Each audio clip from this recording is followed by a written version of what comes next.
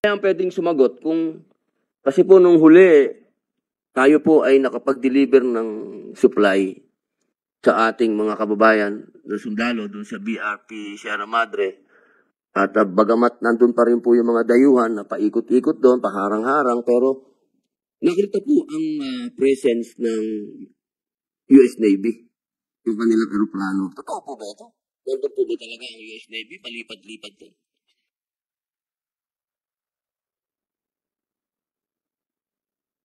Yes, sir. We acknowledge, sir, yung presence ng Poseidon aircraft during the first and the second RORE.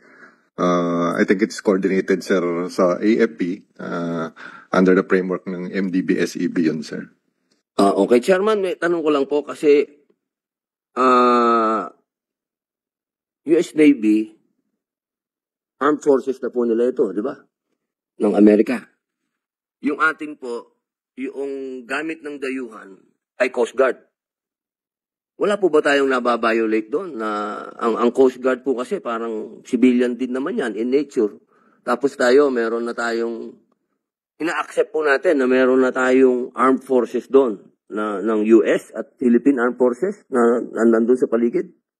Sir, yung activity po ng Chinese Coast Guard doon, yun po yung illegal. Yung pong presence ng US military at saka ng Coast Guard and Philippine military doon sa exclusive economic zone natin is within our right po. Meron po tayong MDB. Wala pong question doon, Chairman. Wala pong question doon kung sino yung illegal doon. Ano, sinasabo po natin sa Act of War. Wala naman. Hindi po ba yun parang tayo halimbawa, ang itinapat sa atin ay civilian lang, ang tinapat natin ay armed forces na. Hindi ba po yun parang one step forward tayo? Mr. Chair, hindi naman po, sir. Kasi yung meron naman pong klarong definition ng Act of War. At saka titignan natin, sir, yung Chinese... Ano po ba yung klaro sa inyong Act of War? Pati ba paliwanag niyo sa amin? Armed attack po yung as defined po ng Article 51 po ng United Nations. Di ba civilian ho yun? Civilian ng Coast Guard. Sa Umaaligid-aligid yung sa organisasyon po ng PLA Navy, yung Coast Guard po is under po ng PLA po yon, pati po yung mga Chinese militia vessel. So technically speaking po, hindi po civilian yung nature ng Chinese Coast Guard na nandun. Sa international law, ang Coast Guard ay civilian in nature, sir. Pero acknowledge po ng lahat na under sila po sa... Huwag natin ibahin ng international law, sir. Ang Coast Guard ay civilian in nature. Pulis nga lang yan eh. Pulis ng karagatan. Yung sa atin po yun. Pero yung sa kanila ho, hindi yung pulis karagatan. Coast Guard, sinasabi po ba natin, sir, na ang Coast Guard ng China ay hindi civilian in nature? Sir, nandun po sa mga findings sa mga international law expert, including kung titignan natin yung organization ng People's Liberation Army Navy. Sir, Army Navy po ang sinasabi nyo, Chairman. Ang sinasabi ko po, Coast Guard. Under po sa kanila yung Coast Guard, yung militia. Ay, tama po ito, under ninyo itong armed force. Hindi po. Civilian in nature. Sir, binibigyan nyo ng ibang ibig sabihin ng Coast Guard. So, ibig nyo sabihin ng Coast Guard, iba ang definition ng China? Opo. Wow.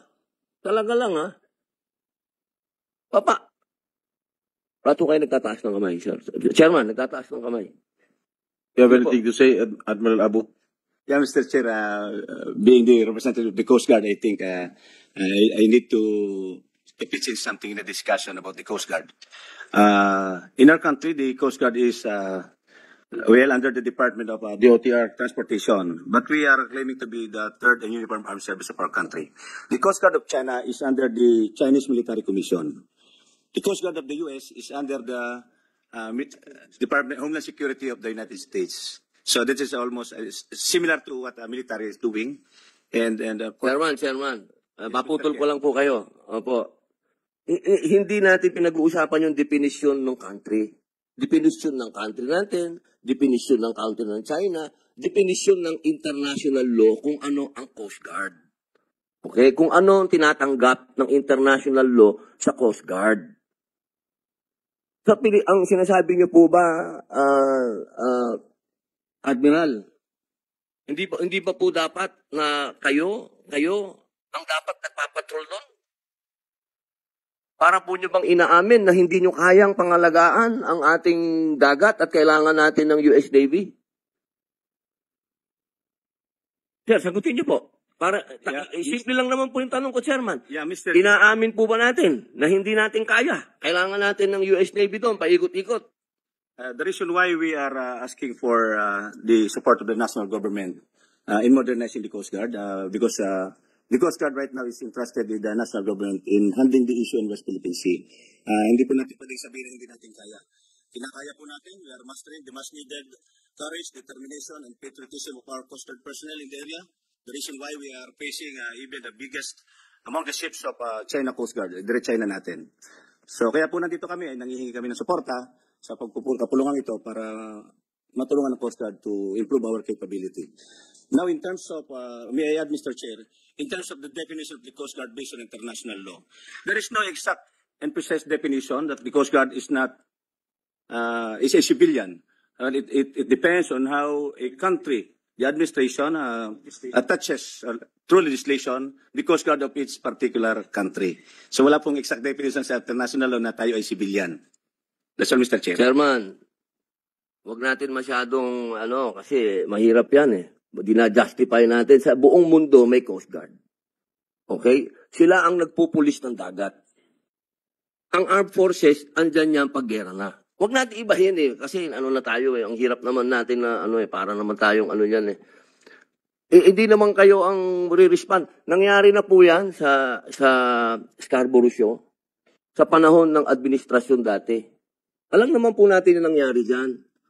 Nung naglabas kayo ng gray ship, naglabas na rin ng gray ship ang China, kaya nga nagkaroon ng standoff dyan eh. Matuto din po tayo sa nangyari. Hindi naman po pambihira naman mga kapatid ko. Ang sinasabi ko lamang po, at gusto ko lang malinawan ng lahat, inaamin ba natin na kailangan na natin ng Amerikano dyan? Yun lang naman po. Simple lang. Yun po ba? Andun na po ba tayo? One step na po ba tayo forward, mga kapatid? Mga kasama namin sa armed services. Yun po ba? Talaga po bang eto na tayo? Nandito na tayo. Kasama na natin sila. Nandyan na sila. Siguro gustong tukuyin ni Senator Robin Yusek Madriaga kasi naging successful yung resupply mission natin sa BRP Sierra Madre just a few days ago dahil merong US aircraft na nag-orbit dun sa West Philippine Sea. Is that the main cause? Bakit naging successful yung resupply mission natin? Dahil meron presence ng aircraft ng Amerika? Kasi kung wala, ang siguro ang gustong tanongin ni Senator Robin, kung wala ba yung presence ng US aircraft doon, hindi magiging successful yung resupply mission natin sa PRP Sierra Madre. Thank you, Mr. Chair. Hindi po.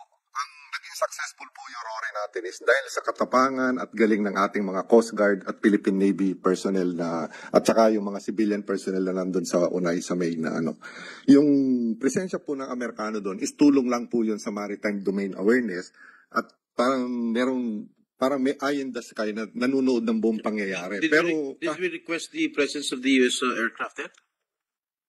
May coordination po sa AFP. But kahit po pala yung... tayo bang humingi ng tulong o sila nag-volunteer? Anong coordination? Pwede pong tawagin si J3. Pero pwede sagutin po.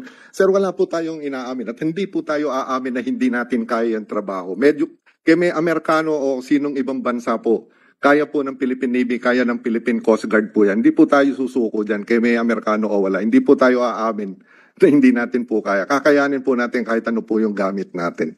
Yan lang po yung gusto namin i-manifest dito sa... Chairman, patutunayan ko po yun. Dahil hindi naman ako Coast Guard. Hindi din naman ako. Civilian lang ako, pero nakapagdala ako ng supply doon sa iyo. Opo, yun lamang po. Kailangan lang po nating linawin talaga kung bakit may Amerikano doon. Yun lang po ang gusto kong linawin talaga. Bakit handa na ba tayo doon sa usapin na naglagay na, pumayag na tayo, paano kung nagpalipad din ngayon ng dayuhan doon ng aeroplano din nila? Ano po kayang reaksyon natin, Chairman? Ano po ang magiging reaksyon natin kapag sila naman ang nagpalipad na doon, nagpaliparan na sila doon? Tayo na po naipit sa gitna. Yun lamang po, Chairman. Kasi kung tayo lang po, kaya natin, sir. Kayang-kaya po natin. Nandun ako eh. Nakita ko, sir eh. Kasama ko kayo. Nakapag-deliver ako ng supply dun. Yun lamang po. Maraming salamat po, Chairman. Maraming salamat, Senator Robin. Wait. Senator Bato? Yeah, with the indulgence of Senator Robinod Padilla. Gusto ko lang mabigyan ng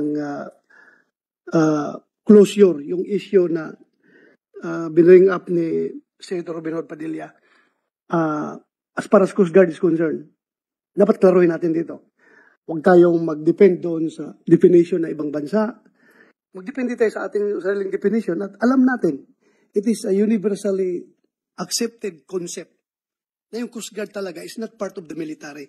Ang Coast Guard ay isang civilian na agency, not part of the military.